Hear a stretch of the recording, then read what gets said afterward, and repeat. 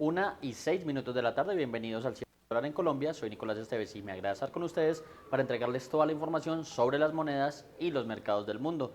De una vez entramos en materia ya con el mercado cambiario cerrado, que tuvo bastante volatilidad a lo largo de toda la jornada, como bien se observa en la gráfica, movimientos al alza y a la baja, pero finalmente una cotización de 3.785 pesos. Acá la noticia es que sí, en esta ocasión sí terminó por debajo de los 3.800 pesos, no como ocurrió en la sesión de el viernes, por ejemplo, que alcanzó incluso niveles de 3.775 y se devolvió hasta los 3.822,30, que fue el cierre en el spot de la jornada del viernes. En este caso, entonces, 3.785 versus el cierre en el spot del viernes, que fue de 3.822 pesos con 30 centavos, pues claramente una tendencia a la baja en el mercado spot.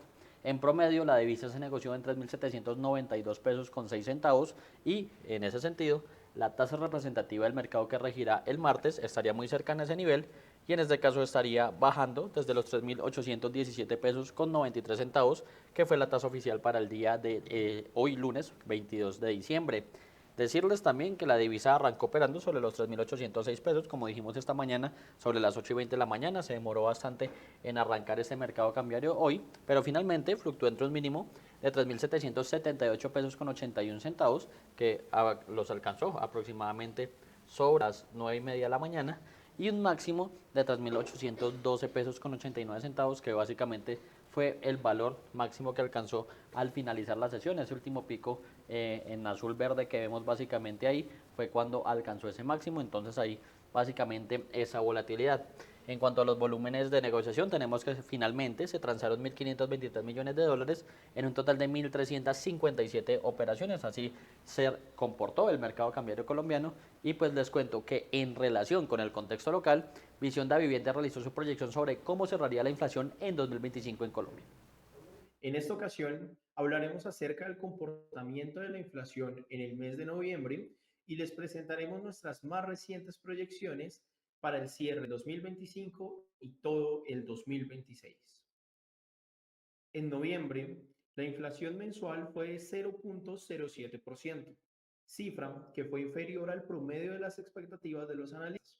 Este resultado hizo que la inflación anual descendiera 21 puntos básicos y se situara a un nivel del 5.30%. También es importante destacar que la variación de año corrido llegó al 4.82%, 10 puntos básicos mayor a la observada en el mismo mes del 2024. Durante el mes, las divisiones que más contribuyeron a este resultado fueron, en primer lugar, alojamiento y servicios públicos, que estuvo impulsada principalmente por la contribución tanto de los cánones de arrendamiento como del suministro de agua. En segundo lugar, encontramos la división de restaurantes y hoteles. Esta estuvo impulsada principalmente por la contribución positiva de las comidas fuera del hogar. Finalmente, es importante destacar que la división de transporte fue la tercera división que más contribuyó al resultado mensual de la inflación. Esta estuvo impulsada por alzas en los precios de los tiquetes aéreos. En contraste, las divisiones de alimentos y bebidas no alcohólicas, junto con recreación y cultura, registraron contribuciones negativas en este mes debido al descenso de los precios tanto de las frutas frescas como de los paquetes turísticos respectivamente. Ahora, queremos presentarles el comportamiento de la variación mensual de las tarifas de electricidad de los hogares colombianos. En el mes de noviembre, los precios de la energía eléctrica tuvieron una variación mensual de 0.06% y una anual de 0.74%. Para noviembre, de acuerdo con nuestro índice de electricidad de vivienda, este anticipa una caída en los precios de la energía de 1.59% con respecto al mes anterior.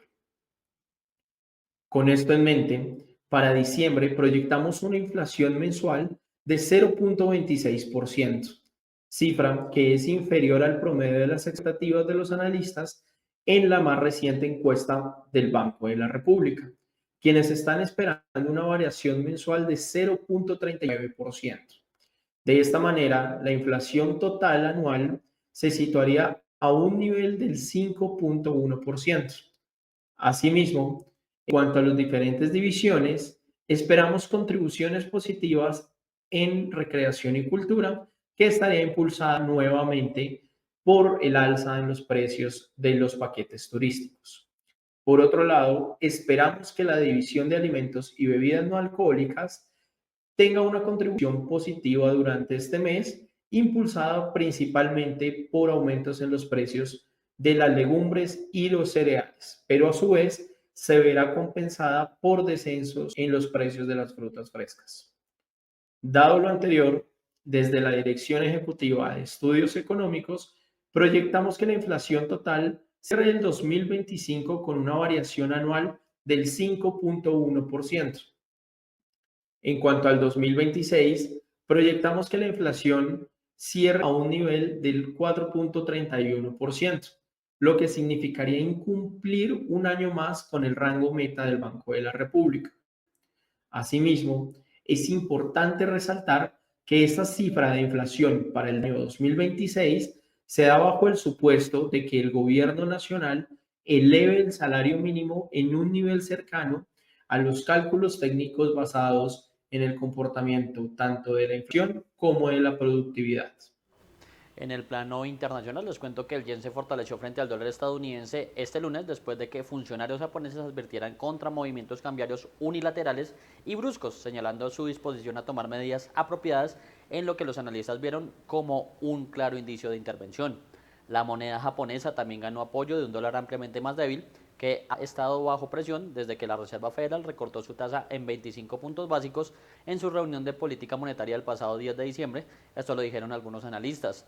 Ahora que el Banco de Japón subió los tipos, puede afirmar que ha endurecido la política monetaria y que el yen se está desviando en los fundamentos. Como resultado, se ha generado cierta cobertura de posiciones cortas en la moneda asiática. Atsumi Mimura, el principal diplomático cambiario de Japón, dijo a los periodistas que los recientes movimientos fueron unilaterales y bruscos y agregó que el gobierno tomará medidas apropiadas contra los movimientos excesivos. Con ese contexto, para revisar cómo se comportan, en este caso, el DXY, recordemos, indicador que mide la fortaleza de la moneda estadounidense frente a sus principales pares y que, como bien lo advertíamos, tiene debilidad por lo menos en la jornada de este lunes, tras obviamente todo lo que pasó en materia de política monetaria en los Estados Unidos y los datos macroeconómicos en temas de inflación y de empleo la semana pasada. En ese contexto, el DXY se debilita 0,31% y llega parcialmente a 98,29 puntos. Digamos que desde la mañana, como lo observamos, ha rondado ese nivel en devaluaciones de 0,30, 0,35%, incluso alcanzó a caer en algún punto, pero eso sí, básicamente debilidad principalmente contra el yen, que recordemos es una de las divisas que más pesa dentro de este indicador internacional del dólar, y pues básicamente sigue operando en mínimos de una semana este dólar estadounidense, a la espera precisamente de lo que pueda suceder, por ejemplo, mañana con el Producto Interno Bruto de los Estados Unidos, que tanto creció la economía estadounidense, y pues una semana básicamente acortada por los feriados de los Estados Unidos a nivel internacional. Les cuento que el presidente brasileño Luis Ignacio Lula da Silva pidió a los líderes de la Unión Europea que tengan coraje para sacar adelante el acuerdo comercial con el Mercosur en una cumbre en donde Brasil y los países suramericanos dieron muestras de impacientarse con el retraso de la firma del acuerdo. El presidente brasileño Luis Ignacio Lula da Silva instó el sábado a los líderes de la Unión Europea a tener coraje para avanzar con el acuerdo comercial con el Mercosur. Este llamado se produjo durante una cumbre en Brasil, donde los países sudamericanos mostraron creciente frustración por el retraso en la firma del pacto. Los líderes europeos han solicitado más tiempo para discutir medidas adicionales de protección agrícola. Ayer recibió una carta de los presidentes de la Comisión Europea y del Consejo Europeo, en la que ambos expresaron su expectativa de ver el acuerdo aprobado en enero. Sin voluntad política y valentía por parte de los líderes, no será posible concluir negociaciones que se han prolongado durante 26 años. La cumbre, que tuvo lugar en Foz do Iguazú, en el sur de Brasil, estaba inicialmente destinada a firmar el acuerdo de libre comercio entre el Mercosur y la Unión Europea. Sin embargo, las objeciones de Francia e Italia lo impidieron a última hora. Lula, quien lidera el bloque sudamericano, destacó que sin el coraje político necesario, la conclusión de una negociación que se arrastra desde hace más de 2 décadas seguirá siendo un desafío. A data do dia 20 de dezembro para essa reunião foi marcada a pedida da La fecha del 20 de diciembre para esta reunión fue fijada a petición de la Unión Europea. Tanto la compañera Ursula von der Leyen como el compañero Antonio Costa nos pidieron que realizáramos la reunión el día 20 porque les gustaría venir a participar en esta reunión aquí en Brasil. Pues bien, todo estaba arreglado. Todos sabíamos la posición histórica de Francia, no era ninguna novedad. Nós sabíamos a posição da França histórica, ninguém tem novidade. Con la vista puesta en el futuro, Lula confía en que la firma se concretará en enero, tal como se comprometió la Comisión Europea. Mientras tanto, el Mercosur continúa reforzando sus lazos comerciales con otras naciones como Canadá, Emiratos Árabes Unidos e India. La presión aumenta en Europa, especialmente entre los agricultores de Francia e Italia, quienes temen los efectos de un acuerdo que abriría las puertas a productos más competitivos del Mercosur. Y continuando con más información, aquí en primera página les cuento que los rendimientos de los bonos del Tesoro estadounidense suben levemente este lunes, mientras los inversores se preparan para la semana cortada por las vacaciones que incluye una serie de subastas de bonos importantes. El Tesoro llevará a cabo una serie de subastas de deuda clave durante esta semana que proporcionarán una instantánea parcial del posicionamiento y rendimiento de los inversores con respecto a la deuda estadounidense, la inflación y las tendencias de la tasa de interés de cara al próximo año. La subasta de bonos a 2 años, cuyo monto asciende a 69.000 millones de dólares, se realizará este lunes, seguida por una subasta de bonos de 5 años por un total de 70.000 millones de dólares el martes y una subasta de bonos a 7 años por 44.000 millones de dólares, esto ya correspondiente al miércoles. Las ventas se producen después de que el índice de precios al consumidor de la Oficina de Estadísticas Laborales de Estados Unidos aumentara a una tasa anualizada del 2,7% en el mes pasado, lo que sugiere que las presiones inflacionarias continúan disminuyendo, aunque las expectativas de un recorte de la tasa de interés en enero siguen siendo bajas, esto refiriéndonos al Banco Central estadounidense. La presidenta del Banco de la Reserva Federal de Cleveland, Beth Hartman, dijo que las tasas de interés deberían mantenerse en su nivel actual durante meses y agregó que cree que las preocupaciones sobre la inflación superan la debilidad del mercado laboral.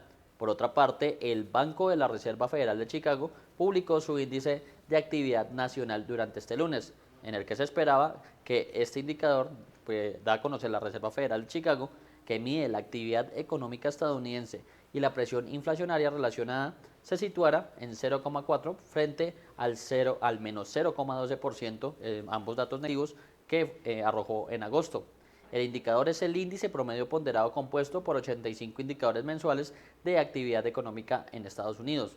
Los mercados de bonos cerrarán temprano a las 2 de la tarde el miércoles y estarán cerrados durante el jueves, esto en medio de los feriados por Navidad.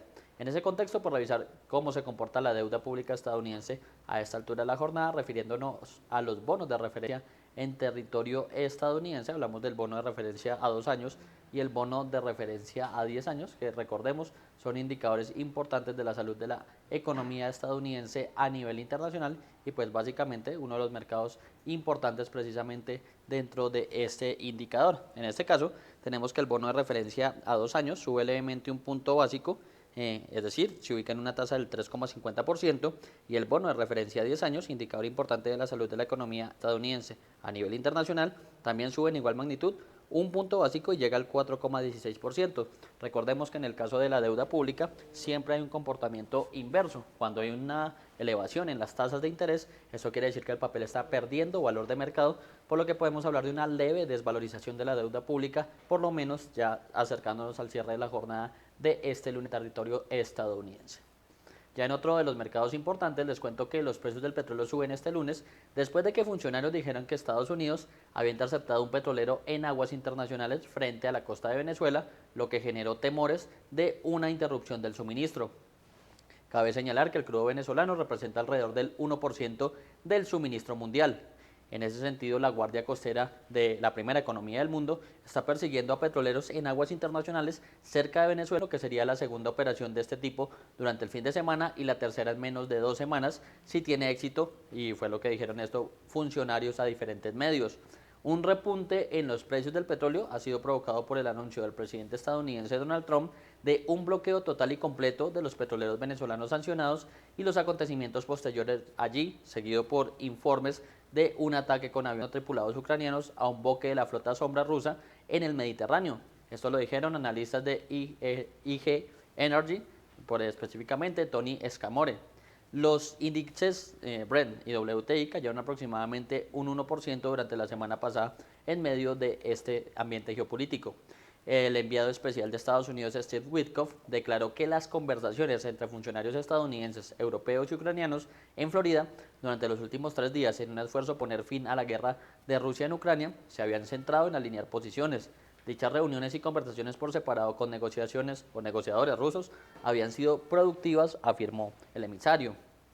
Sin embargo, el principal asesor de política exterior del presidente ruso, Vladimir Putin, dijo que los cambios realizados por los europeos y Ucrania a las propuestas estadounidenses no habían mejorado las perspectivas de paz. Bajo ese contexto, pues revisar cómo se comportan las principales referencias del petróleo, hablando del Brent y del WTI, que son básicamente los de referencia internacional. Comenzamos por el Brent, de referencia europea y de referencia mundial, que a esta altura incluso gana más fuerza que lo que observamos durante la sesión de la mañana. Habíamos visto alzas del 2,20% en este petróleo de referencia internacional y acá ya sube 2,43%, se acerca nuevamente entonces a los $62, cotizando en este momento en $61 con 94 centavos el barril. Ya hablando del WTI, de referencia estadounidense, el West Texas Intermediate, que también digamos tenía movimientos importantes durante la mañana, vemos que a esta altura sigue muy cerca entonces ya a los $58 con un alza del 2,42% y se cotiza entonces en $57 con 89 centavos. Hay mercado petrolero en verde y seguramente así cerrará la sesión del lunes, recortando básicamente las pérdidas que registró a lo largo de la semana anterior. Les cuento que Estados Unidos precisamente interceptó un petrolero frente a las costas de Venezuela durante el sábado, el último golpe en una campaña de presión contra Caracas, según informó el gobierno estadounidense. Estados Unidos interceptó el sábado un petrolero frente a las costas de Venezuela, en lo que constituye un nuevo golpe en su campaña de presión contra el gobierno de Nicolás Maduro. La Guardia Costera, con el apoyo del Departamento de Defensa, ejecutó la operación en la madrugada del 20 de diciembre. Kristi Noem, secretaria de Seguridad Nacional, afirmó que el buque que había atracado recientemente en Venezuela exportaba petróleo presuntamente sujeto a sanciones estadounidenses. El petrolero, identificado como Century, de bandera panameña y propiedad china, había cargado 1.800.000 barriles de crudo en un puerto venezolano antes de ser interceptado. En sus declaraciones, Noam advirtió que Estados Unidos continuará persiguiendo los envíos ilícitos de petróleo vinculados al financiamiento del narcoterrorismo en la región. Según el Departamento de Seguridad Nacional, el buque transportaba petróleo sancionado de la estatal PDVSA. Por su parte, el gobierno de Venezuela condenó la interceptación calificándola de robo y secuestro y denunció la desaparición forzada de la tripulación del buque. En un comunicado, la vicepresidenta Delcy Rodríguez afirmó que los responsables serán llevados ante la justicia. Mientras tanto, el ministro de Defensa, Vladimir Padrino López, rechazó las operaciones estadounidenses, llamándolas parte de una campaña de desestabilización. En este contexto, el despliegue militar de Estados Unidos en el Caribe, que incluye 11 buques de guerra, se ha intensificado en los últimos meses, con un enfoque particular en Venezuela y el narcotráfico.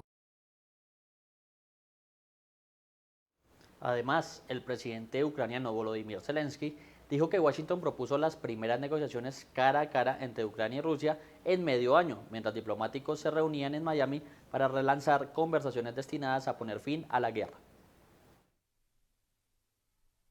Estados Unidos propuso retomar las negociaciones directas entre Ucrania y Rusia, en un intento por reactivar los esfuerzos diplomáticos para poner fin a la guerra, que ya se extiende por casi 4 años. El presidente ucraniano Volodymyr Zelensky confirmó que Washington planteó el sábado un nuevo formato de conversaciones cara a cara, con participación de Ucrania, Estados Unidos y Rusia, y con la posible presencia de representantes europeos.